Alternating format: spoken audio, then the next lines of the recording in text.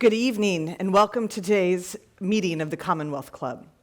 You can find the Commonwealth Club on the internet at commonwealthclub.org, see the club's videos on YouTube, and catch up with the club on Facebook and Twitter. I'm Audrey Cooper, Editor-in-Chief of the San Francisco Chronicle, and your moderator for today's program. It is my pleasure to introduce today's distinguished guest, Richard Clark, the former U.S. National Coordinator for Security, Infrastructure Protection, and Counterterrorism, and co-author of the new book, The Fifth Domain: Defending Our Country, Our Companies, and Ourselves in the Age of Cyber Threats. Mr. Clark is an internationally recognized security expert who served in the White House for 3 U.S. presidents as America's first cyber czar and its first counterterrorism czar. He is currently an on-air consultant for ABC News and teaches at Harvard's Kennedy School of Government. Prior to his White House years, Mr. Clark served for 19 years in the Pentagon, the intelligence community, and the State Department. In his new book, Mr. Clark says the threat of cyber attacks is manageable, and he provides concrete steps that can be taken towards cyber resilience, including building more resistant systems, raising the cost for cybercrime, and avoiding the trap of overreacting to digital attacks. To discuss all of this, please welcome Richard Clark. Thank you. Thank you very much. So let's first explain the title of the book, The Fifth Domain. What does that mean? Well, the Pentagon thinks about places where it has to fight, and not just countries, but what it calls domains. And so traditionally, they fought on land and sea. Those were 2 domains, places where they had to fight. And then in the mid-20th century, they added air. And toward the end of the 20th century, they added outer space. So the 4 domains of combat for the Pentagon were land, sea, air, and space. And then in the 21st century, they added the 5th domain, cyberspace, as a place where they would potentially have to fight to defend, but also to go on the offense. Now, the difference between the 4 domains and the 5th domain is the 4 domains existed. The 5th domain, humans created. And it is in that domain that cyber attacks are occurring every day. So for most of your public service career, you were dealing with, I would say, a more traditional kind of terrorism, up even past the 9/11 attacks. You were credited by some by issuing some prescient warnings to the Bush administration months before 9/11. And when I actually received the email asking me to come tonight, I was in the 9/11 museum reading a quote of yours on the wall. And I thought, well, maybe we should talk to this guy about what the next threat is. And so I'm curious, how did you make that transition from traditional, what we might think of as traditional terrorism, to cyber terrorism? Part of my job in the White House for several presidents was look around the corner. Try to anticipate the next threat so that we can be ahead of that threat. And so with Bill Clinton, who was always doing that himself, we worried about biological terrorism, biological weapons being used in American cities. And so we started a program. There was no threat that we knew of, but we thought it might happen. So we started a program in 157 cities around the country to get the fire and police and hospitals ready, trained and equipped for the potential of biological warfare. That's the kind of thinking that the Clinton administration did, and the president himself started that. And then we thought, hey, everything is moving to the internet. All of commerce is moving to the internet. Controls of networks is moving to the internet. People could maybe do some bad things on the internet. And this was the early 1990s, when they really hadn't done that much. And Bill Clinton said to me, why don't you look into this? Why don't you get a group of people together to study it? We did. We had a commission. Commission came back and said, boy, you better get on this, because malicious activity is already beginning on the internet. And so we wrote a national strategy in 1998 and started moving money into cyber defense programs in 1998. But as part of that, I went out to Fort Meade in Maryland, which is where the National Security Agency is. And they peeled back the curtain. They showed me what they could do. And I was amazed at what they could do on the internet and through cyberspace. And then as I thought about it, I was horrified, because we were the only ones who could do that in 1998. But there was no reason to think that that would last very long. There was no reason to think that Russia and China and other people couldn't also start doing interesting things in cyberspace. And I thought, we better start thinking about a defense program as well as an offense program. So that first national security strategy around cyber warfare or cyber attacks was the first foray into that. You also, with your co-author on this book, did another book in 2010. What do you wish you had known then about the state we're living in today? Well, on the one hand, we got a lot right 10 years ago. And I'll tell you what we got right, then I'll tell you what we got wrong, because we got something very important wrong. 10 years ago, we said cyber activity, malicious activity, will stop being teenage boys in their mother's basement on a Friday and Saturday night, stealing credit cards and stealing money.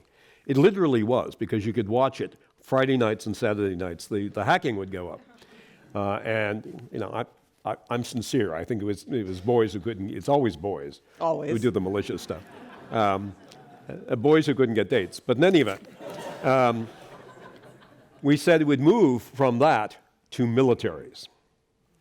And we said it will move from stealing credit card information to destroying things, physical things in the real world. We said you'll be able to use a software command to cause things to blow up. And we said they will go after, the malicious actors will go after critical infrastructure like electric power grids. Now, all of that has happened, regrettably. So we got all of that right. What we got wrong was we said back then there are only two kinds of companies. Those that have been hacked and know it, and those that have been hacked and don't know it. In other words, what we said was every company is going to be hacked or has been, and there's no way to stop it. That turned out to be wrong. It was right then. It's wrong now. The good news in this book, and what our research turned up, is that you hear about Target and Equifax and Marriott and Yahoo and all the hacks that you pick up the Wall Street Journal on any day, and there's some big company that's been hacked or fined because they were hacked. And you think, everybody's hacked all the time. This is hopeless. You know, why even try? Well, we got a list together of companies that we thought were big targets, and we had never heard about them being hacked. And it was a relatively short list. And we worked our way into those companies, found people willing to talk to us, and they all said the same thing. Don't tell anybody. We figured out how not to get hacked. And so we expanded the list. And what we found is that there's a formula that corporations are following, some of them. And that formula means that either you don't get hacked in the sense that the hackers cannot get on your network, or if they do get on your network, they can't do very much damage because you discover it right away and you contain them and you restore. And we call these companies the resilient companies. In the news business, you know, they're the dogs that don't bark. We don't like those. No. You know, news story, nothing happened. But it's not a nothing happened story. It's a technology improved story. The defensive technology, what Bill Clinton said to me in 1998 was, you got to get the defensive technology to catch up with the offensive technology. Well, it took a long time. And it took a lot of venture capital money from San Francisco and Silicon Valley. That's what did it.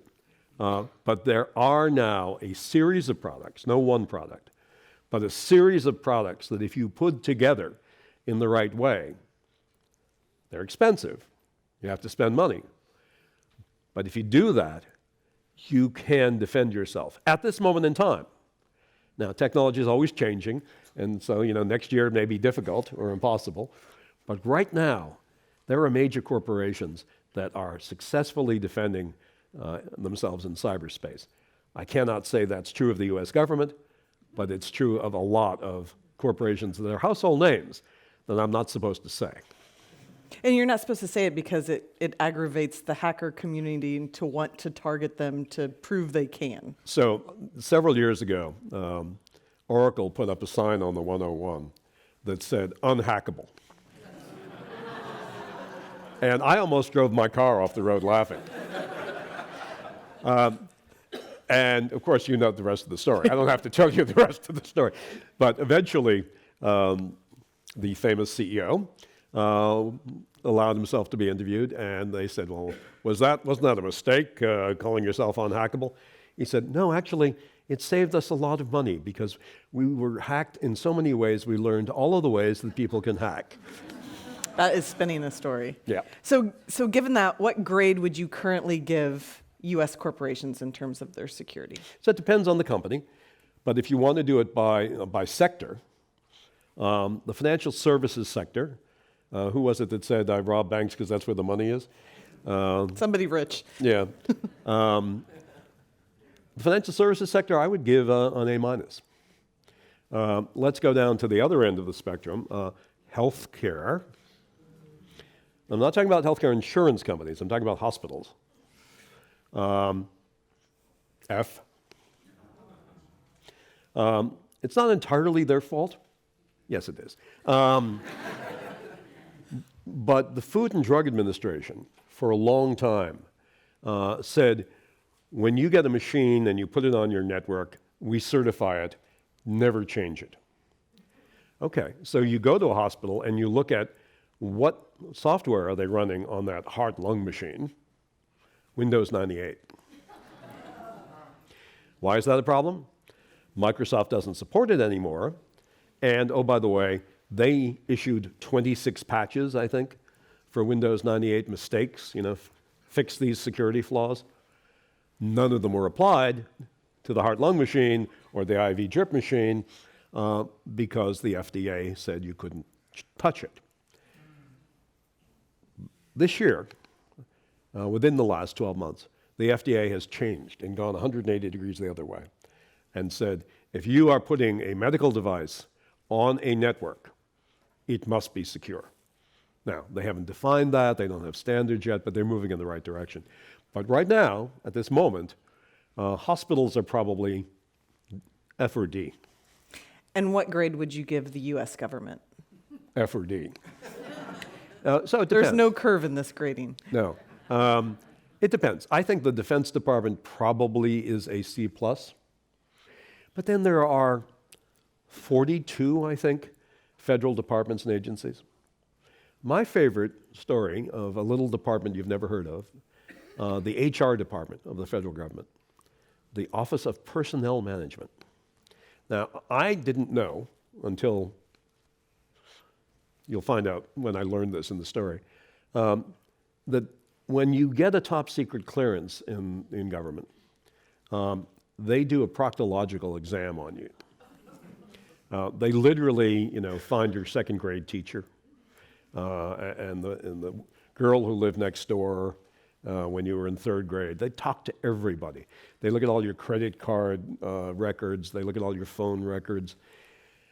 It takes a long time and it takes a lot of money to get a top secret code word clearance. Okay. All of that information is then put in a file and sent to an evaluator who says yes or no. All of those files are stored, or were stored, at the Office of Personnel Management. So anybody reading that file knows more about me than my mother did, more about me than I do. Those files are all now in China. because the Chinese People's Liberation Army hacked the Office of Personnel Management. Who was the person who thought that the Office of Personnel Management could defend itself successfully against the People's Liberation Army of China?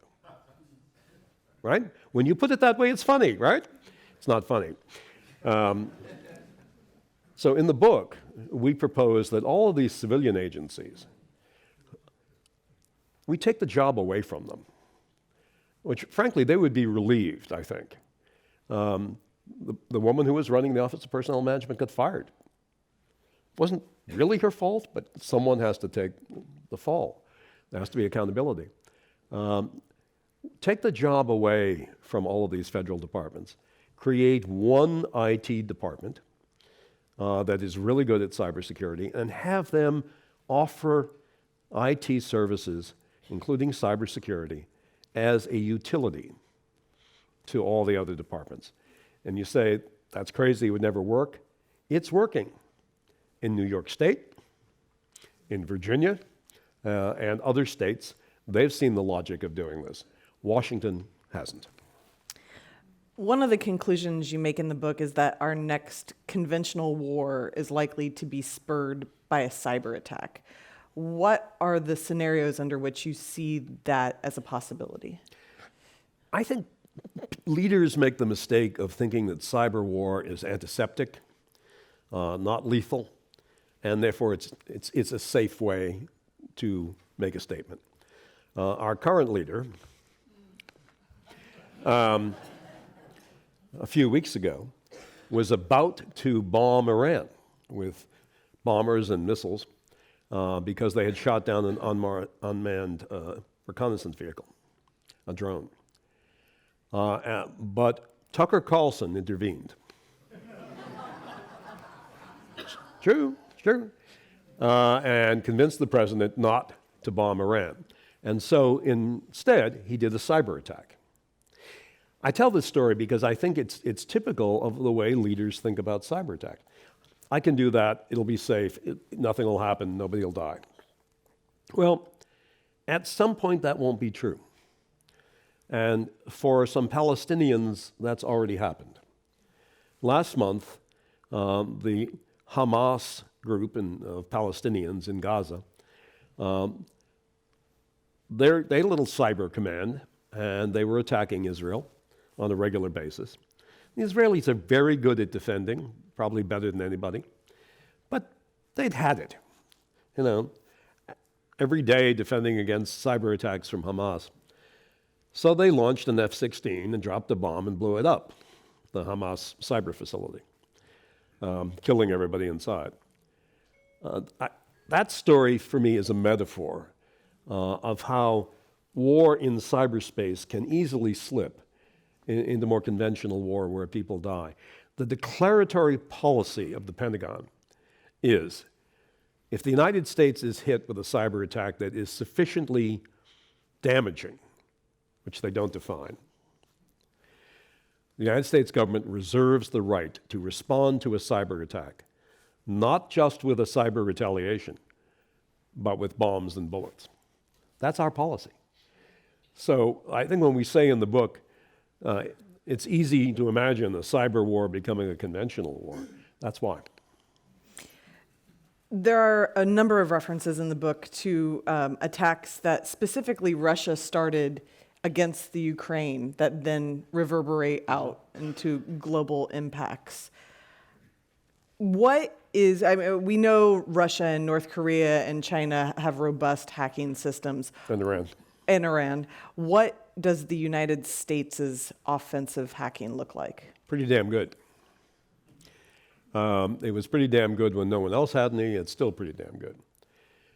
But we say in the book, imagine a situation where the Russians hack us and destroy the power grid, not just turn out the lights, but blow up transformers and generators that cannot be easily replaced.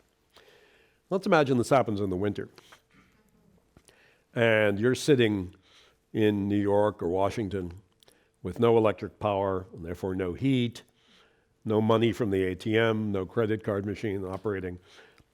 You're running out of food, And the president sends out a message somehow. I don't know how, because there's no electricity, but Newspapers. newspapers. Paper is distributed with a message from the president saying, I know it's tough out there, but feel better. I've just done this to Russia too.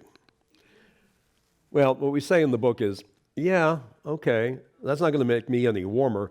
And besides, in Russia at least, they have a lot of vodka. So yes, we're very good at the offense. But that's meaningless unless you can do defense. Think about your favorite football team. The Santa Clara, what are they called? That's rough. Think about your favorite football team and imagine they had the best offensive line in the league. And the defensive line was the junior high school down the street. The fact that you got a really good offense is not going to win you the game if you're junior varsity on the defense. And that's where we are. We have the best offensive line in the league, and we've got junior varsity as the defense. There's a law right now pending in Congress called the Active Cyber Defense Certainty Act, which is also colloquially known as the Hackback Law. What are the implications of this legislation if it goes through? So I get a lot of companies who get hacked call me and say, I know who did it, and I want to hack back and I want to destroy their machines. Sometimes the companies actually do know who did it and actually probably could hack back and destroy their machines. This is vigilantism in cyberspace. And just as, for the very same reasons that we did away with vigilantism in real space, we can't have it in cyberspace. If only because the thing that you want to hack as a president of a corporation, the people you want to go after, people you want to destroy, there's probably a CIA bug on their computer. And we're probably learning a lot about what they're up to by sitting on their computer. And if you fry their computer, we're going to lose all of that intelligence. And if you think I'm kidding, go to the Justice Department website. And they have these great wanted pictures. The wanted pictures have changed from, bank robbers. They're now named individuals who are officers in the People's Liberation Army. They are named individuals who are in the Russian GRU, military intelligence, named individuals in the Iranian Revolutionary Guards Corps and the North Korean Army. And not only do we have their names on the Justice Department website, we have their pictures. And we have indictments on them, we have warrants out for their arrest globally for having hacked American companies. Now, I will leave it to your imagination, since I have to, about how we got their pictures and their names. They have an Office of Personnel Administration, too. You mentioned in the book that California, for one thing, has been more aggressive in implementing reasonable security measures for utilities, for example, than some other states. Are we better off than the feds? So I think California doesn't suffer from the disease that Washington does. Washington has a fear of regulation phobia. California regulates everything. And, for example, the state legislature recently passed a bill about the Internet of Things. Internet of Things is all of these devices, from heart-lung machines to autonomous cars to your refrigerator, all of these devices that are being hooked up to the Internet. Someday someone will explain to me why the refrigerator needs to be hooked up to the Internet. But there's a real danger because most of these devices do not have security built into them. And many of the devices, frankly, cannot have security built into them because they're somewhat old and primitive and don't have a lot of capacity on the chip. California passed a law saying no device should be hooked up to the Internet of Things unless it can be secured, period. Now, there are two reactions to that outside of California.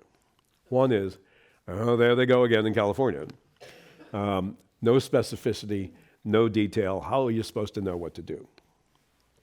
The other reaction is, that's a really good start.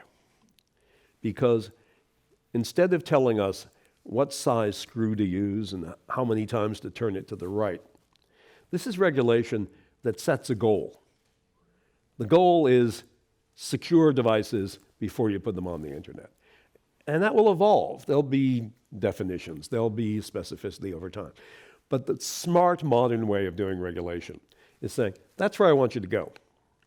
And then after a few years, when people haven't done that, then you come up with more detail, and you come up with fines, and you come up with inspections and audits. But I think California, in general, in cyberspace, has had a very progressive attitude. California was the first legislature anywhere in the world to pass a law that said if you're a company and you've been hacked and personal identifiable information, name, social security number, credit card number, personally identifiable information was compromised, you have to tell people. That was a revolutionary idea. Lots of states have done it since, but California started it. So in the book, you also say that it's just known that foreign governments are in our power grid right now. What is keeping them from shutting it down as we speak? So I don't say that. The Director of National Intelligence says it. Dan Coats holds the job of Director of National Intelligence. He was a former senator from Indiana, Republican. Dan Coats testified to Congress in March. Every March, there is something that only people like me and only people in Washington love, and it's called Threat Day. I know you've never heard of Threat Day. It's my favorite day. Threat Day, the heads of all of the intelligence agencies and the FBI go before Congress in open session and say, these are the threats that face us. And they rank order them. And this year, Dan Coats, speaking on behalf of the 17 U.S. intelligence agencies, said the number one threat is cybersecurity. And as his examples he gave, Russia is in the controls of our power grid. China is in the controls of our natural gas pipeline networks. Well, why haven't they done anything? Russia also has nuclear weapons. They haven't used them on us. Nation states don't use weapons just because they got them. You know, if you're of a certain age and you're a guy, you probably want to buy a red sports car. And as soon as you get it, you're going to take it out and make it go as fast as you can. Nation states can't do that. Nation states buy new weapons, but they don't go out and use them right away. They wait until there's a crisis, until there's a war, or they use them in a deterrent way by not using them. Think about any scenario now in the future where we might want to push Russia somewhere, push their troops out of Syria or do something. The advisor to the president is going to say, Mr. President, you could do that, but you have to know that Russia could retaliate. And that retaliation might not be limited to something in Syria. They might turn out the lights in San Francisco. So, in a way, they are using that weapon system every day by limiting what we can do to them. And what role do you think traditional diplomacy does or should play in that, particularly since we now have a president who has an unconventional approach to foreign relations? You think? I'm being conservative. There was a senior position in the State Department to negotiate on cybersecurity. Secretary of State Rex Tillerson eliminated that position.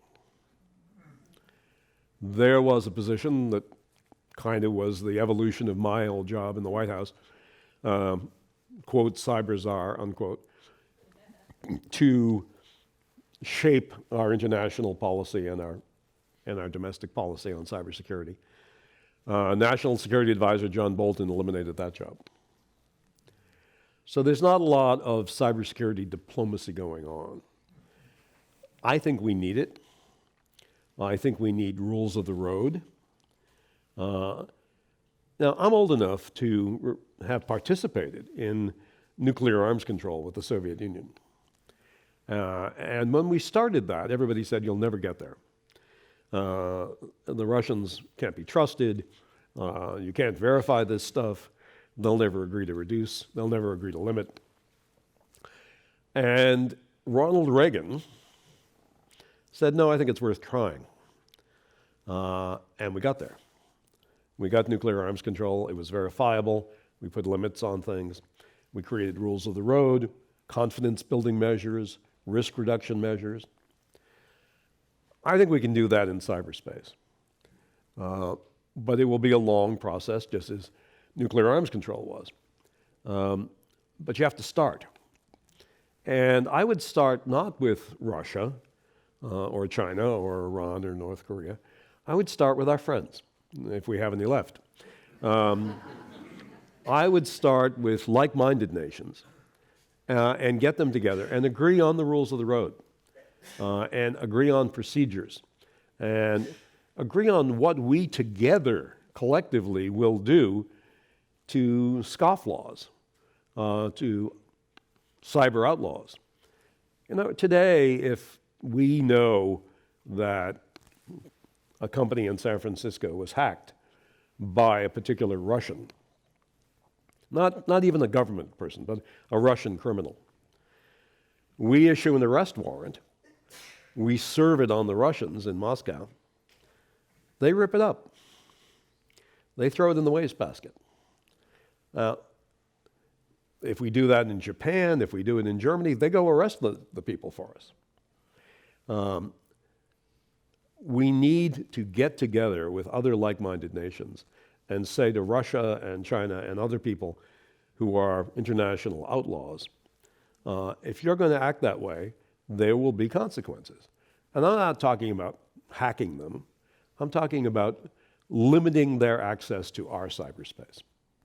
It's a radical proposal in the book that we somehow define a community of nations that respects law and respect each other, and we allow those nations free access to the same internet. But nations like Russia and China, if they don't play by the rules, their access to our internet is controlled, rate limited, and monitored. It's very hard to do technically, I know that, but I think it's worth thinking about, and that's why there's a chapter in the book.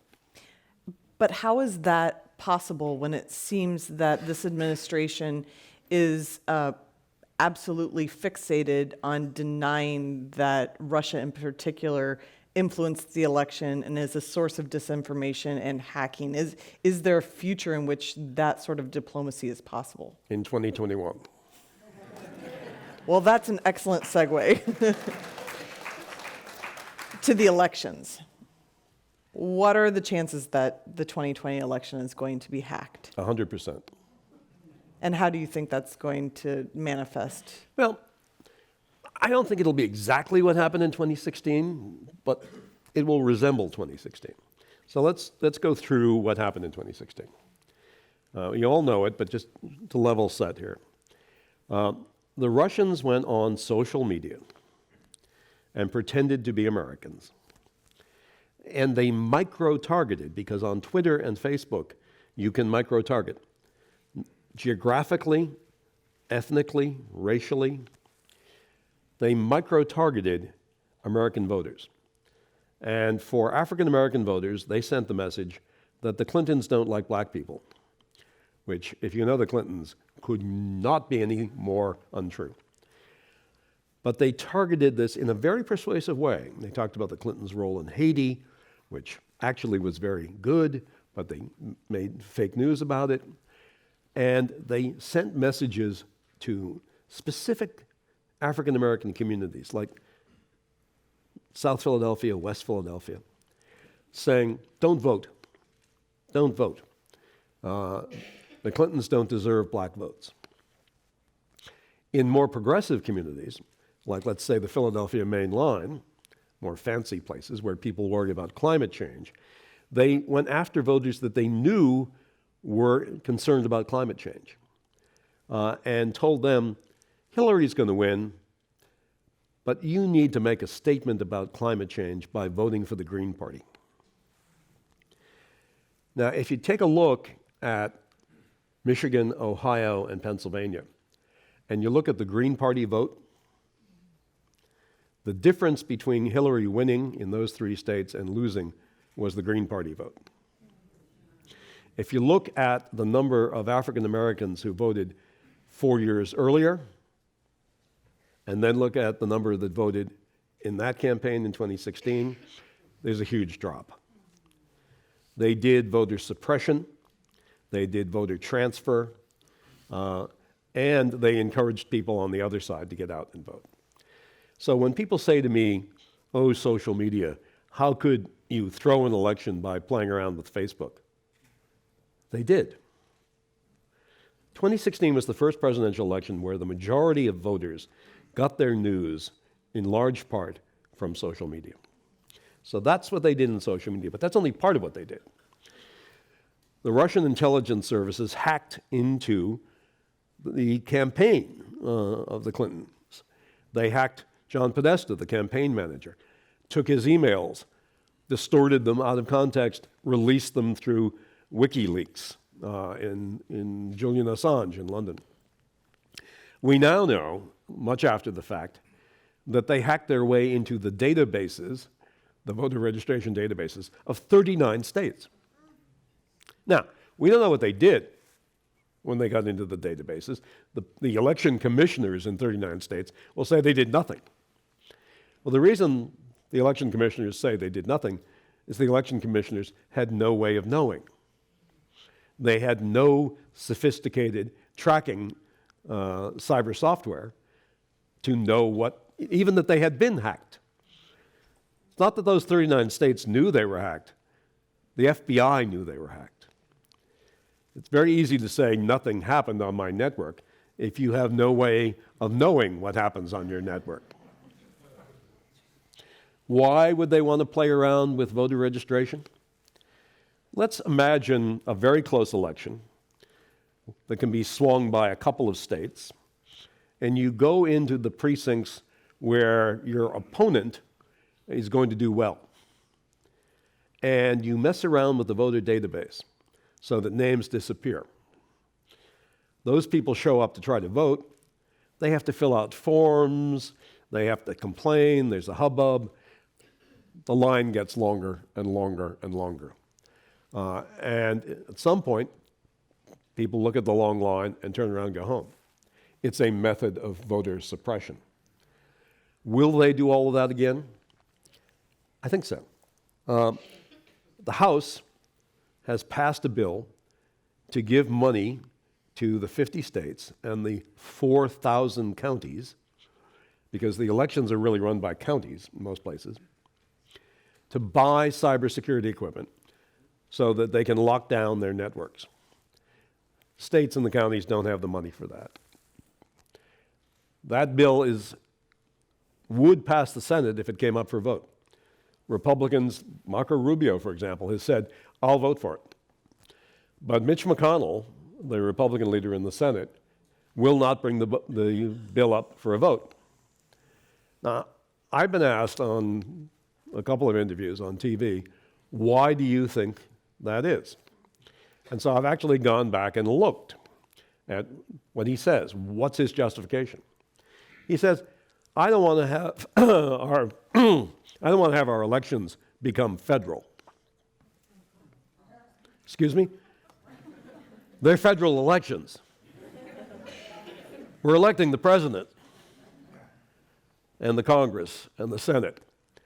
So that leads me to believe that maybe there's another reason why the Republican leader of the Senate doesn't want to have our states be able to stop the Russians from affecting our elections.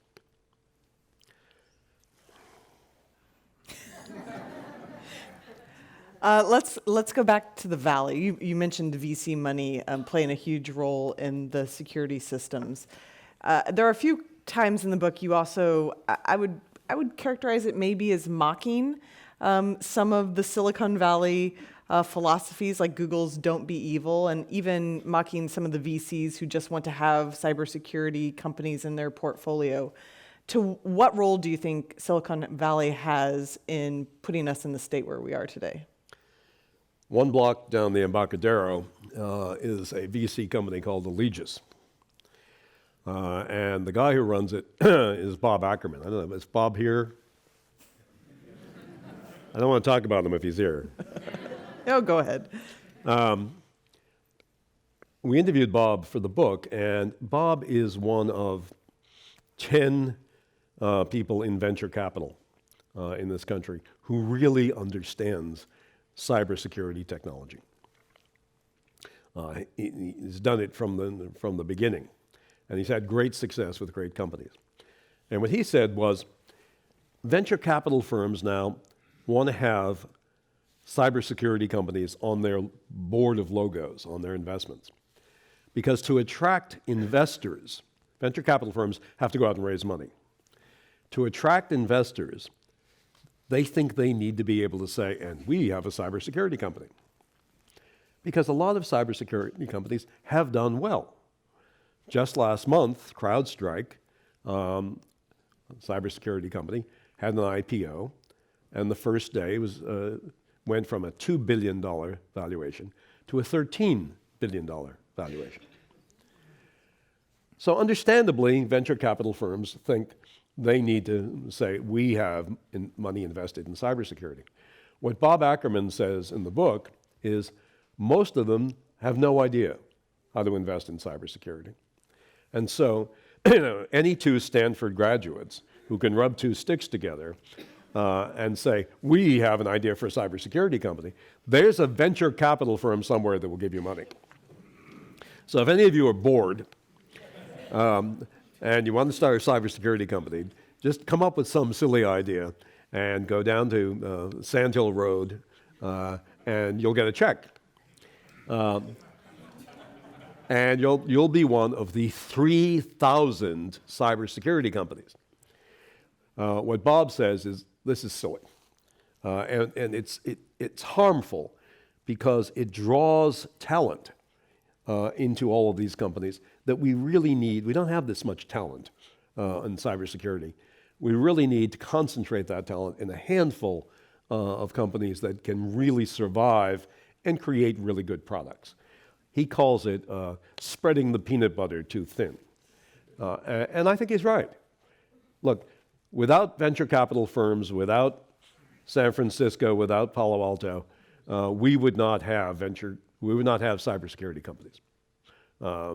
That's how they're created, and we have great cybersecurity companies like CrowdStrike that are making it possible to defend successfully. So there's good news, but there's also bad news because there's a lot of silly money going to silly companies. Google has recently been criticized by some in the government for capitulating to an increasingly activist workforce, specifically with deciding not to bid on a $10 billion Pentagon data contract. How do you see this growing activism that's concentrated here in the Bay Area among this workforce that's difficult to attract? Yep. How does that play into our future ability to respond to these threats? So I was upset to learn that Google had a lot of employees say to the people who run Google, we don't want you to participate in artificial intelligence programs with the Department of Defense. And then Google opened an artificial intelligence laboratory in China. I think that's disturbing. Now, I understand that you don't want to perhaps get involved in weapon systems, but when you're the leading company in the United States in a technology like artificial intelligence, to deny it to the people who are defending our country, when you know that, well, Vladimir Putin said, the country that masters artificial intelligence will rule the world. It ain't going to be him, by the way. It's going to be China. And we know China is developing artificial intelligence for weapon systems. If we don't have a capability to defend ourselves with artificial intelligence, they will have a stronger military than we will. I don't think that's a particularly good idea, not just for the United States, but for the world. We've made a lot of mistakes as a country in Iraq and elsewhere. But we're also the country that, until recently, has stood for human rights and stood for freedom and supported democracies around the world and kept the peace. And I just want to, the people at Google, the employees, to think about, the freedom you enjoy came because previous generations helped defend our country. And not just by going into combat, but, by building things. When Pearl Harbor happened, my father got shipped off to the Pacific. And my mother went to a factory and made artillery. She was Rosie the Riveter. Today, you don't make artillery to defend our country. You make artificial intelligence. And if you're unwilling to do it, then I think we have a problem. You gave the federal government some pretty bad grades in terms of its security preparedness. If they, and we also know the president has criticized the FBI and some of the intelligence agencies, and some people have said that that makes it harder to recruit our bright young minds to do exactly the work that you line up. And if it's true that China is going to beat us to the machine learning AI race, how does that play out? Is it only winner takes all, the first one to the bag? No, I don't think so. The truth is, if Google won't work on artificial intelligence, Raytheon will, or Lockheed will.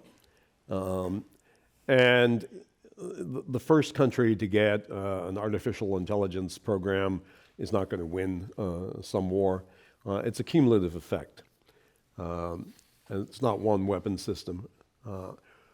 But the future is going to be dominated by robotics, by machine learning, by quantum computing, and we need to be in that race, not just to sell products, not just so that Amazon can ship you toothpaste faster, but so that we can defend democracies around the world, so that our military can remain strong. Donald Trump will not always be president. And the United States will come back and will fight for human rights and civil liberties around the world. And we need to be strong to do that. So you mentioned quantum computing, and also we're on the verge of this 5G world. How does that complicate all of these issues even more?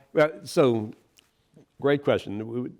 I said earlier, we're at a moment where you can defend yourself. If you're a corporation and you know how to do it, and you spend the right amount of money.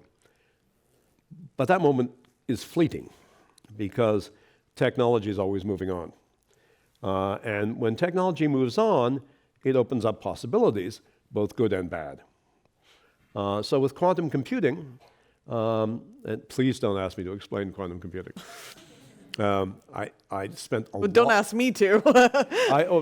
I spent a lot of time writing that one chapter in the book on quantum computing, and I had to learn it well enough to explain it, and I had to explain it in terms that anybody reading the book could understand.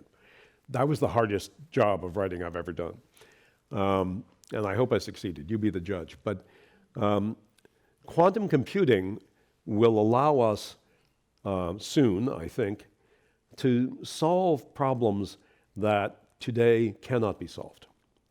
There are some computational problems that no computer can solve, or it will take a long time.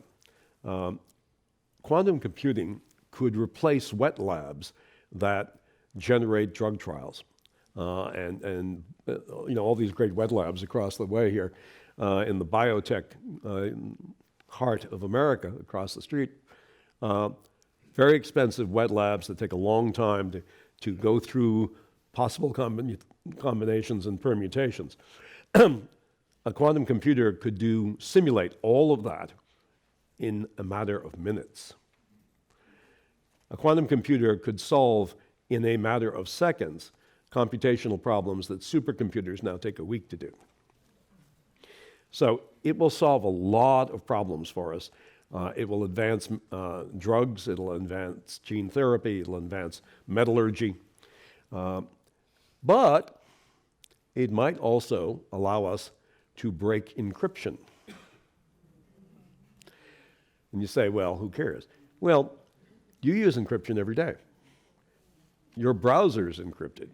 Your email's encrypted. The ATM is encrypted.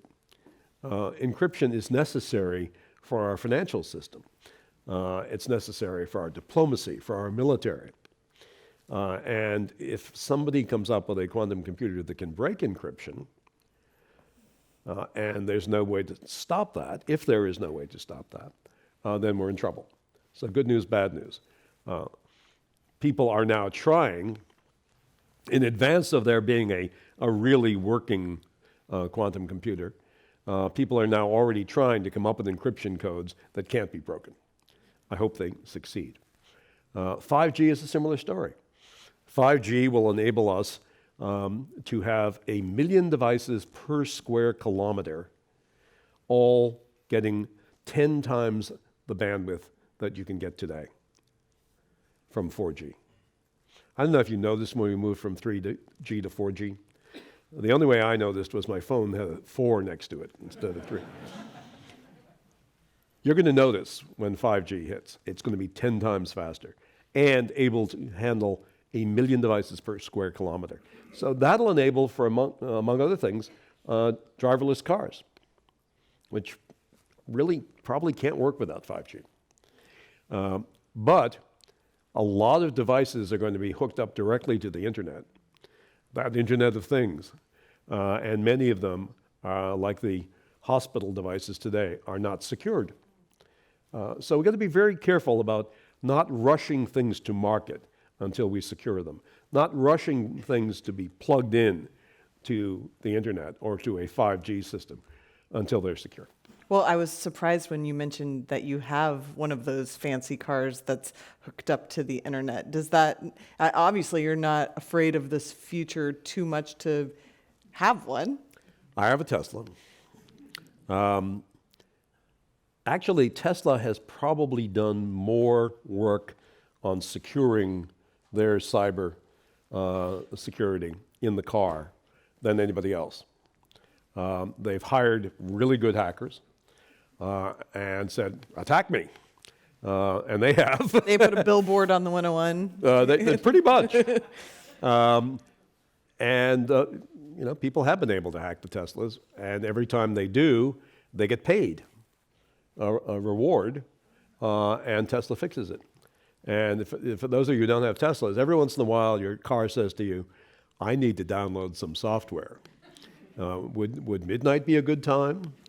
And you come out in the morning and it's fixed. And a lot of that is fixing security flaws.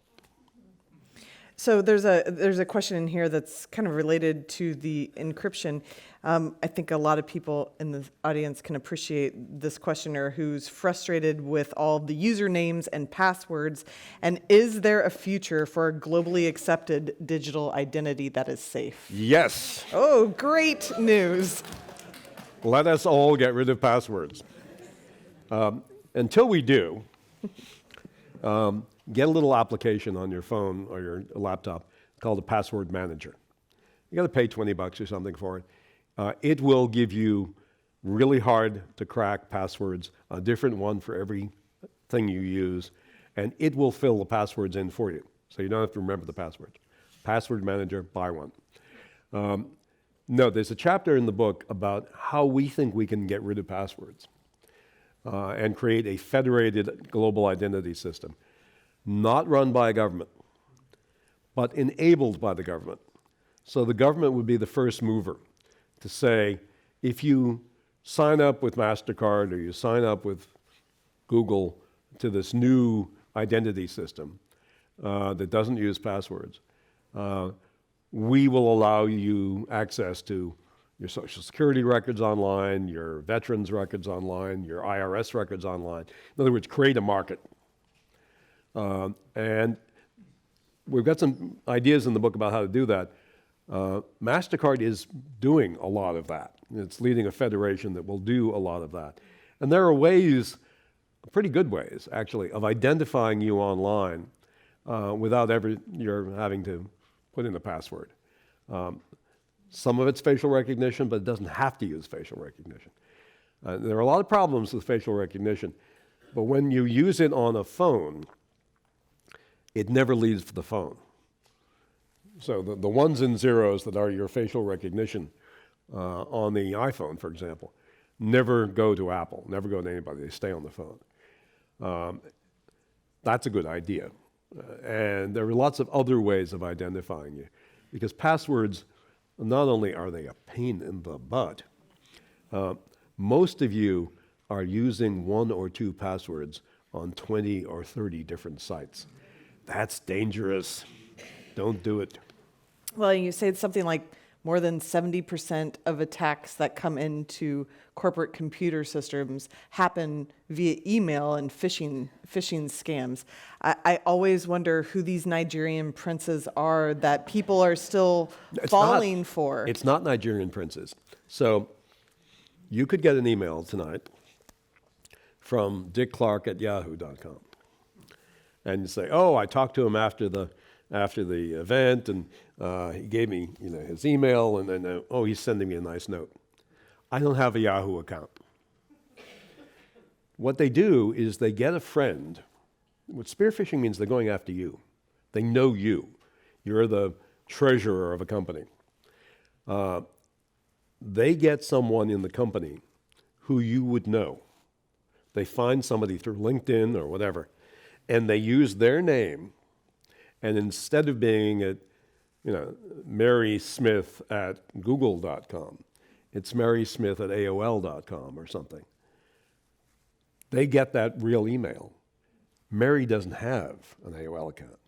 So it looks like your friend. It looks like your coworker. It's very convincing.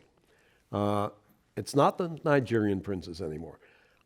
I tell you, I come close every week. I come close to clicking on something. I was going to ask you if you've ever been I'm sure. successfully Not that I know of. But you don't know sometimes. Anybody can fall for this stuff. So you have to be very, very careful. The best rule is never click on an attachment in an email. Never click on a link in an email unless you're absolutely 100% sure that it's the person that you know. And if you have any doubt in your mind, do something very old-fashioned. Call them. What other steps can people in this room take to help with this seemingly intractable problem of cybersecurity? Well, while it sounds awful and frightening, and it would be if there were a cyber war, you'd all be affected. But day to day, the risk of you being significantly hurt right now is not bad. It's not high. And let me just kind of try to prove that by asking everybody in the audience who has ever had their credit card number compromised to raise their hand. I think that's more than half the audience. Now, all of you who raised your hands, if you had to pay because somebody used that credit card after they compromised your number, they used your credit card to buy something, and you ended up having to pay for it, raise your hand. Nobody. Nobody. Why? Because right now, the credit card companies and the banks are making so much money that they can afford to pay for the damages, and you don't have to. So while we all worry about our credit cards being compromised, and it's a pain to go through and change your numbers, and I understand it's inconvenient and it takes time, but so far, it doesn't cost you money. So the personal risks, there are risks, but most of us do not run personal risks in cyberspace. So please do not take away from tonight's discussion a fear of using cyberspace, of using the internet. The internet is wonderful. You can learn so much. You can get so much done. Explore it, use it, and don't worry too much about the cyber threat to you. Get the password manager. Change your passwords. But don't worry. Don't be afraid.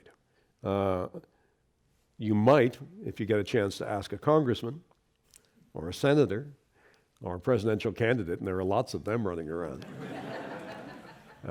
you might ask them a question about cybersecurity, because so far I've only heard one Democrat ever mention the words cybersecurity in all of the debates and activities so far. So one of the ways that translates to corporations is they can get hacked and people try to hold their information for ransom. Mm-hmm. What do you think about, and often they're asking for payment in Bitcoin. What do you think about Bitcoin? You know, I've never understood the problem that Bitcoin was meant to solve, unless it's money laundering, because it's really helpful if you're trying to do money laundering. But you mentioned what's called ransomware. Somebody a criminal hacks into a corporate network or a city government network or a hospital network, and they encrypt everything so that the users of the network, the owners of the network, can't get to their own data. And then they say to them, we'll give you the key to unlock it, but you have to pay us so many $1 million in Bitcoin. We don't talk a lot about this in the book because my co-author and I totally disagree about what we think. I'll tell you what I think. Ransomware is like a Darwinian process. It is identifying for us the people who have bad cybersecurity. It is infecting and destroying the networks that haven't done a good job of securing themselves. So it's culling the herd in a way. But when the herd is your hospital or your city government, the city government of Atlanta got hit by this, city government of Baltimore got hit by this, you want to restore your network pretty quickly because citizens depend on services from their city government. When hospitals get hit with it, you got to restore the network pretty quickly because citizens need health care.